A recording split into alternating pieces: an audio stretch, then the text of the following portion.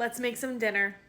Tonight we are making something for dinner that I don't know exactly what it's called because I don't think it's chicken cordon bleu because I'm not breading this, but like my dad used to call it a chicken pillows, I think. I don't know. It's basically chicken thighs that you roll with ham and cheese. So, this is what I'm using for ham and cheese because when I got to the grocery store, the line at the deli, it was like a 30-minute wait. And I was like, I am not, baby boy was like, you know, going crazy in there. I was like, I can't stand here. I can't stand here for 30 minutes. It's not happening. Oh, all right, so, woo!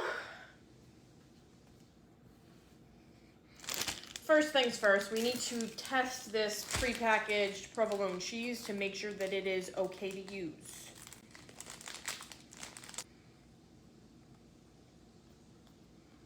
No, that'll do. I think that this would go a lot better if I took the time to thin out my chicken, but I don't feel like doing that. So we're just kind of going to go for it. My dad's gonna watch this and just be like, yeah, that's not what I used to make. And that's okay. So there we go. And then I'm gonna roll my chicken, get the ham and cheese in there.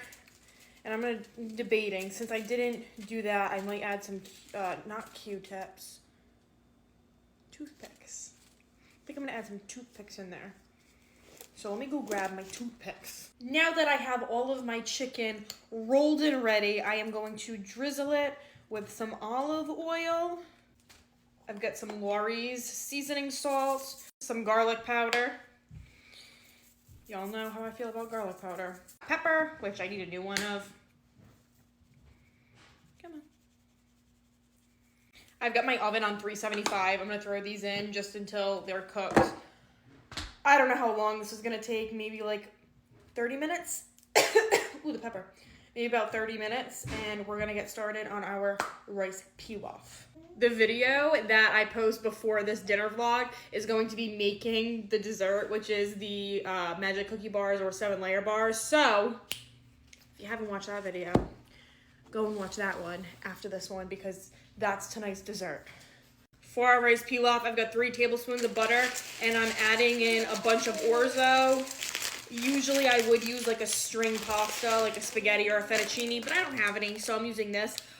If you don't have any type of like pasta, you could just use like a few tablespoons of your rice, because essentially all we're doing is toasting this up to give it a little bit of color, make it a little bit nutty, and yeah, so I'm gonna bring this over to the stove on low heat, and we're gonna toast up the pasta.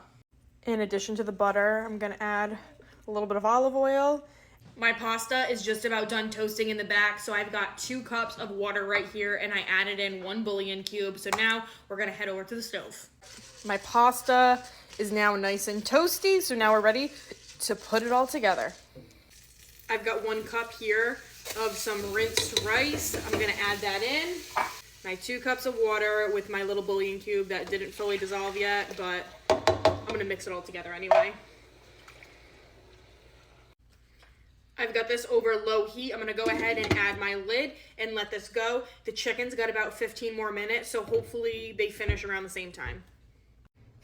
Chicken baked for a half hour. It's a little bit well done. Just a little bit. My rice looks perfect, so I'm just kind of fluffing it up a little bit. And that is our dinner. I have chocolate on my face because I was just eating some of the magic cookie bars. All right, I will talk to you guys later. Let me know what you're having for dinner tonight because once again, y'all know I love to know and gives me inspo too. So hope you guys have a great night. I will talk to you later. Bye.